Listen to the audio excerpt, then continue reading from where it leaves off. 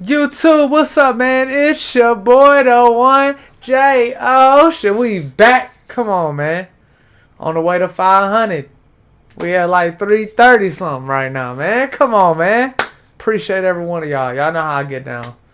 It's the little things. I appreciate the little things. Alright, 330 is a big number to me. Alright, when I was at 10 subscribers, I was happy. You know what I'm saying? I appreciate any interaction with y'all, man. So look, it's not always about the destination, it's about the journey. Y'all gotta appreciate the little things. Alright? So that way when we get to them thousands, you know what I'm saying? Hey, look, you know your boy was grateful from jump. Alright? At least we can say that. But hey, look, man, I got another tornado video for you tornado fiends. Alright? The Matador tornado by TornadoTRX himself again. The tornado that erased a Texas town.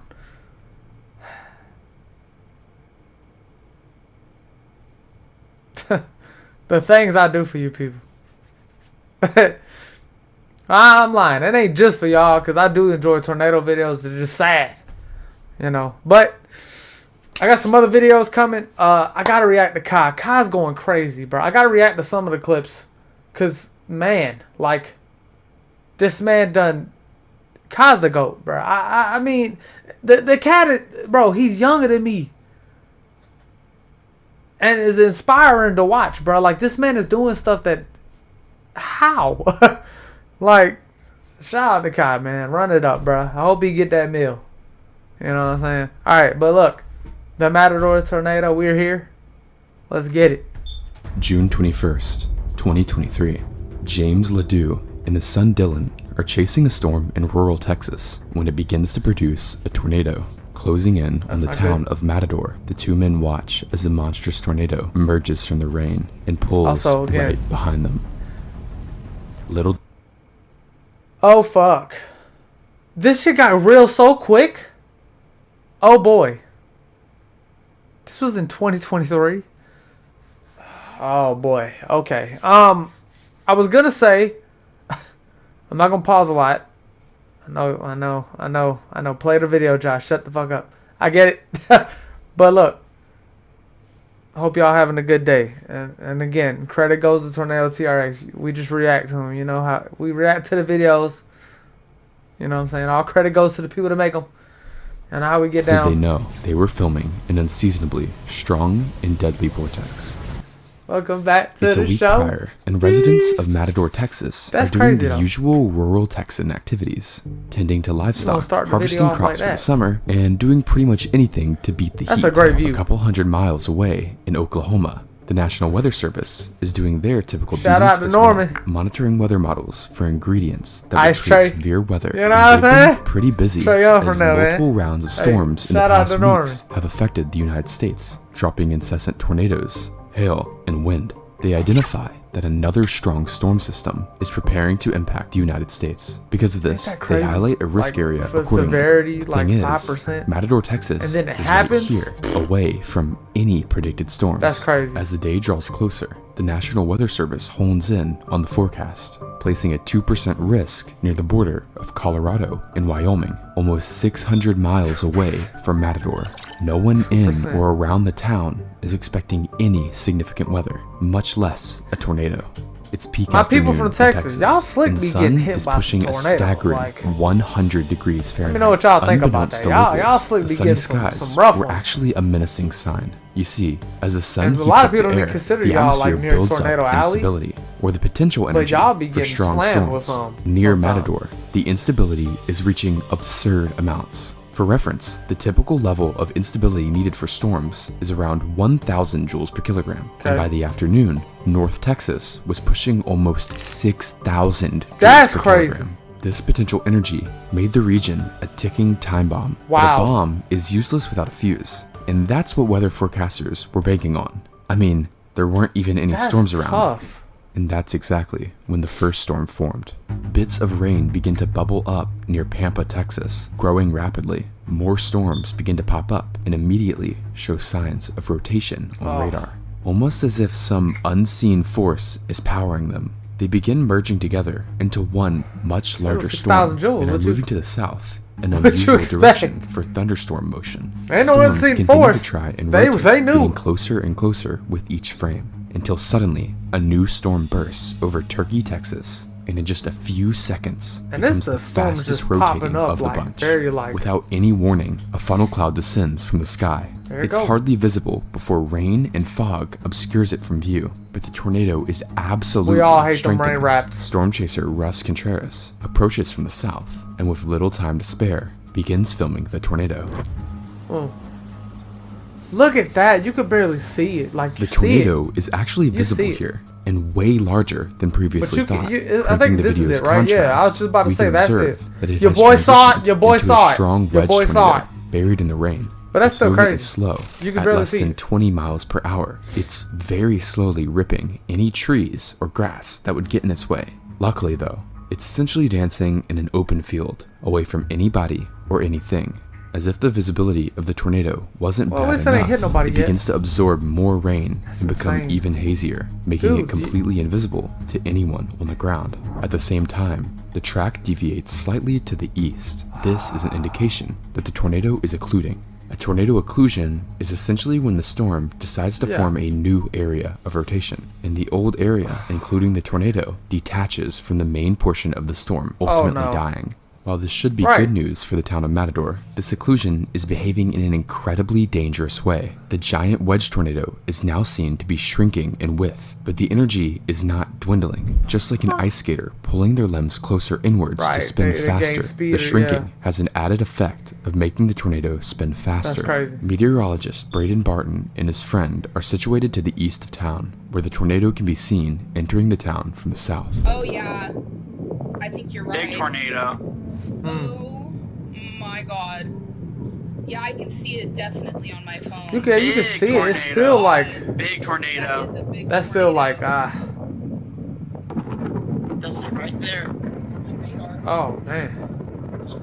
Hey, it's 2023. Y'all cameras. Just hang straight for the town. That's it right in front of us. Okay, but suddenly, the ground beneath the tornado begins to be stripped away. As the tornado becomes stronger and stronger, it's able to gouge the ground, even scouring the top layer of soil, something only seen in some of the strongest possible tornadoes. So is it doing something is very different just from what we saw just a few moments ago. The storm is also moving dangerously close to Matador. It continues to shrink. In fact, the difference in winds is so extreme, a home just over 200 yards away is unscathed. Sadly, this would not be the case for other homes in the direct path, such as the Marshall family home, which was about to take a direct hit. The devastation to the property starts with the tree line to the north. Large oak trees and low-lying shrubbery are beyond shredded. Rather, they're violently mangled and torn out of the ground. Some are fully stripped of their bark.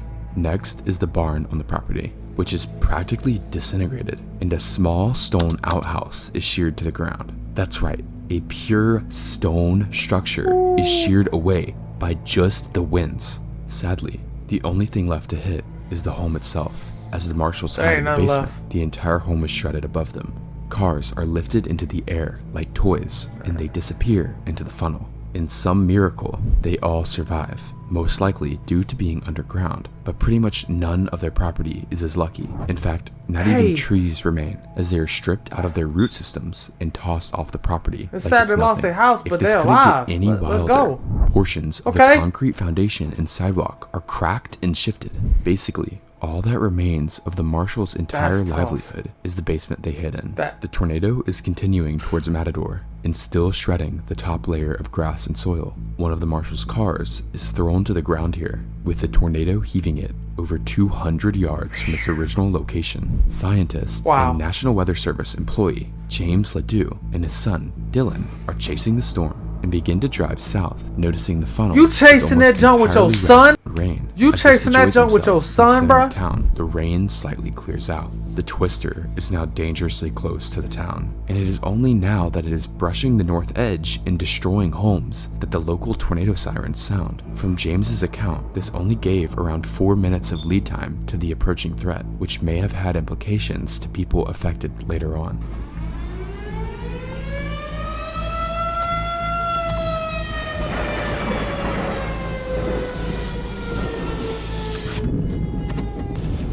going into town?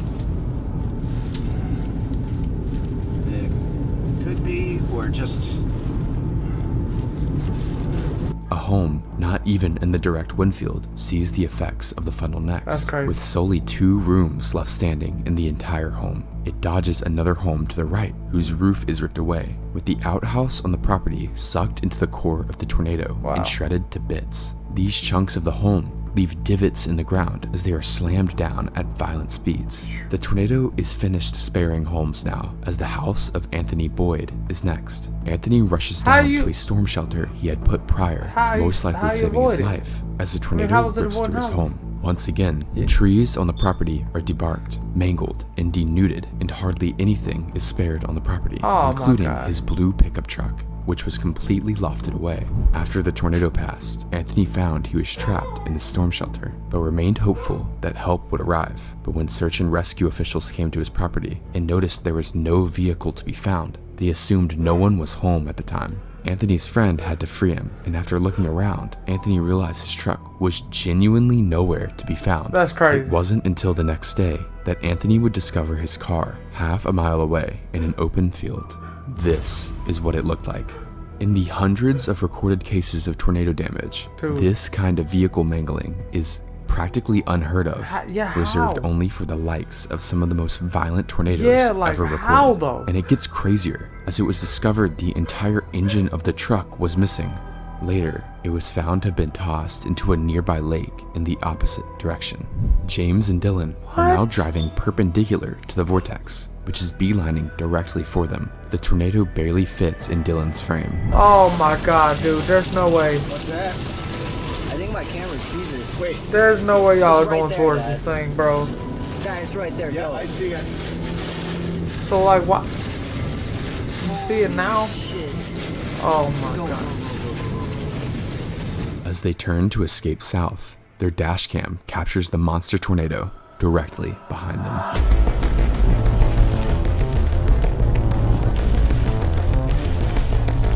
Go. Yep, I see it.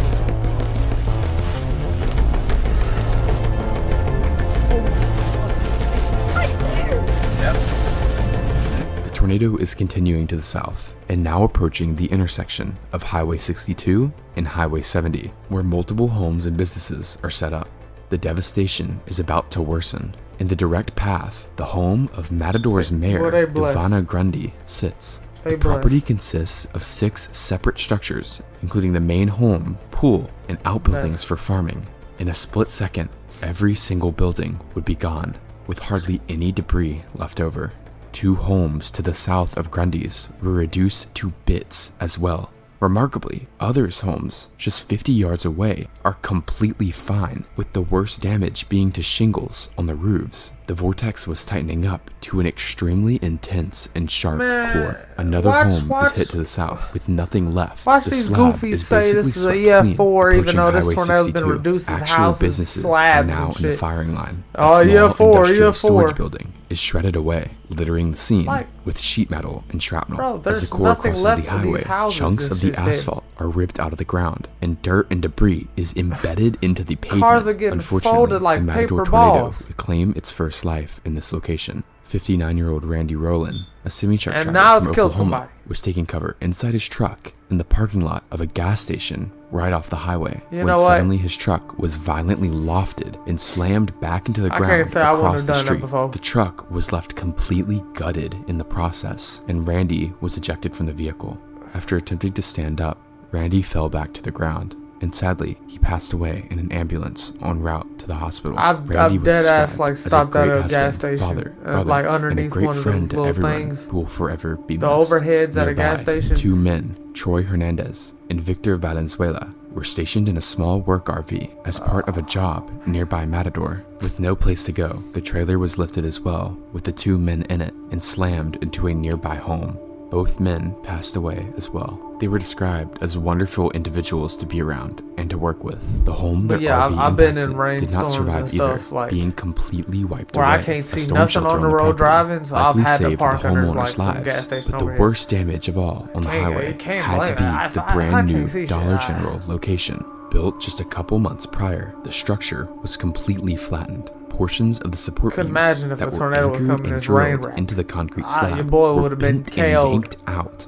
The strangest part of this location, though, were the rebar reinforced concrete bollards surrounding the building. Somehow, the tornado was able to snap the solid concrete and metal at the base. One can only imagine the winds required for something like that to occur. The last structure to be impacted along the highway was actually the town's electrical substation, sustaining EF3 damage to the main portion of the station. Seen from above, looked like a bomb was dropped on the road, with incredibly prolific damage and death at the location of the highway. Somewhere along the path of damage, multiple vehicles were picked up and mangled beyond recognition. Found in a pond was another truck engine. It belonged to an unrecognizable ball of steel in the pond, which was wrapped around another used-to-be vehicle. Okay, this was an Southeast EF3 of the tornado. pond is the home of Joe and Dale Bumgardner. They are about to sustain another direct impact. What they gonna say. Sadly, with nowhere else to go in the time that the sirens went off, they decided to hide in the most interior room of their home, but no structure could protect the two from such a violent tornado, as the entire home is wiped away. Storm chasers Val and Amy Castor quickly flip from chase mode to search and rescue as they stumble upon the mess that used to be the home of Look the at that Bumgardners. EF3. While they were able to rescue Dale from the rubble, Joe, on the other hand, would not make it. Joe was a member of multiple organizations, taught in the school system Killed for another 27 years, and was EF3. described as loving, Bro. especially to the young people of the area. Her nickname was Nana Joe. She loved her life and the people of Matador. After the home, the I tornado appreciate began to shrink TornadoTRX, faster. like, It impacted the radio mentions tower, people's sending it names if crumbling he to has the the ground, information. as well as completely demolishing one last pay home respects before in a way. dissipating in an open field. James and Dylan captured Not the just saying, tornado oh, it ripping takes out another life, before takes another finally life, takes another disappearing life. into nothing once You again. know, put names on there, faces, put names.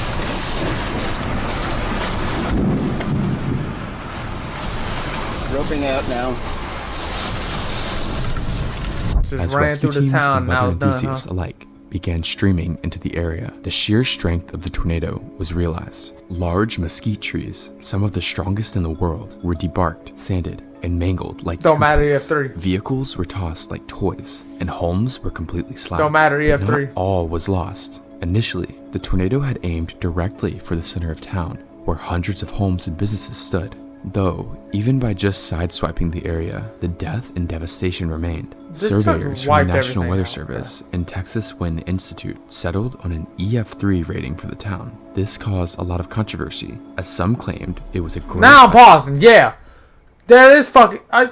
whose goofy asses do y'all be...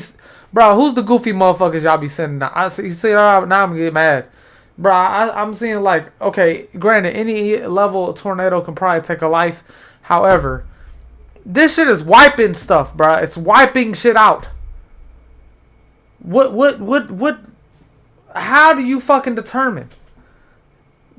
Fucking cars are like this. Like, what do we... Man, like, what? Sending these goofies out here, like... But more importantly, was the issue of the sirens and why they didn't go off until the tornado was well into town. That's crazy, too. If the sirens sounded earlier, there would have been more time for the affected to find appropriate shelter, as multiple storm shelters were in Matador. Oh, there were never also mind. multiple questions to be asked about how the entire risk area was missed. At the very last second, That's the National crazy. Weather Service did upgrade to a small 5% risk around Matador, but that was essentially after the tornado was on the ground. Should have upped it to 95 at that point. Man. Whatever the case may be, the Matador tornado was a devastating and alluring disaster, and the areas and people affected still struggle to recover. Man, look. Them goofy goobers that they had do that EF rating. I'm telling you right now, they want no EF3. Now, whether you want to argue amongst yourselves about EF4, EF5, go ahead. They want no damn EF3. Kick rocks. Some of these tornadoes, I don't know who the fuck they be just sending out there to determine what they are. They're wrong. You don't gotta be a scientist to see some of this shit. I feel like if you're reducing stuff to like there's no structure of a house, fuck your EF rating at that point. Like, cause like I'm not even looking at a scale no more. to me, you take a house completely off its foundation, I'm like, and then start taking pieces of a foundation, I'm like, all right, buddy. I couldn't be a raider. It'd be too many tornadoes out here ready to F5 for me. Cause you taking full houses off their foundation, crumpling balls like this, ladies. Nah, I don't know. Maybe it's good I ain't one, cause I see some stuff. I be like, yep, EF5. I just point out EF4, EF3. Oh, why you say that? Cause of that. Cause it like, I mean, is it possible that there was certain areas EF3? Sure, but like there's certain areas I feel like that was, you could have said it was EFR. I mean EF4, EF5. Like, especially when he said some of the strongest trees got debarked and stuff like that. Like, what are we talking about? What are we talking about? I don't know. Your boy ain't no scientist. I'm just a reactor, okay? You know, I'm just reacting with y'all. Look. Like, share, comment, subscribe to your boy. Let me know what you think. Because at the end of the day, it is opinion-based. Again, I ain't no scientist. I don't know how to determine some of the EF scales. It's EF3, it's EF3. But that town got wiped out like it was EF5, so rest in peace to those that were lost. It's your boy J.O. And I'm out.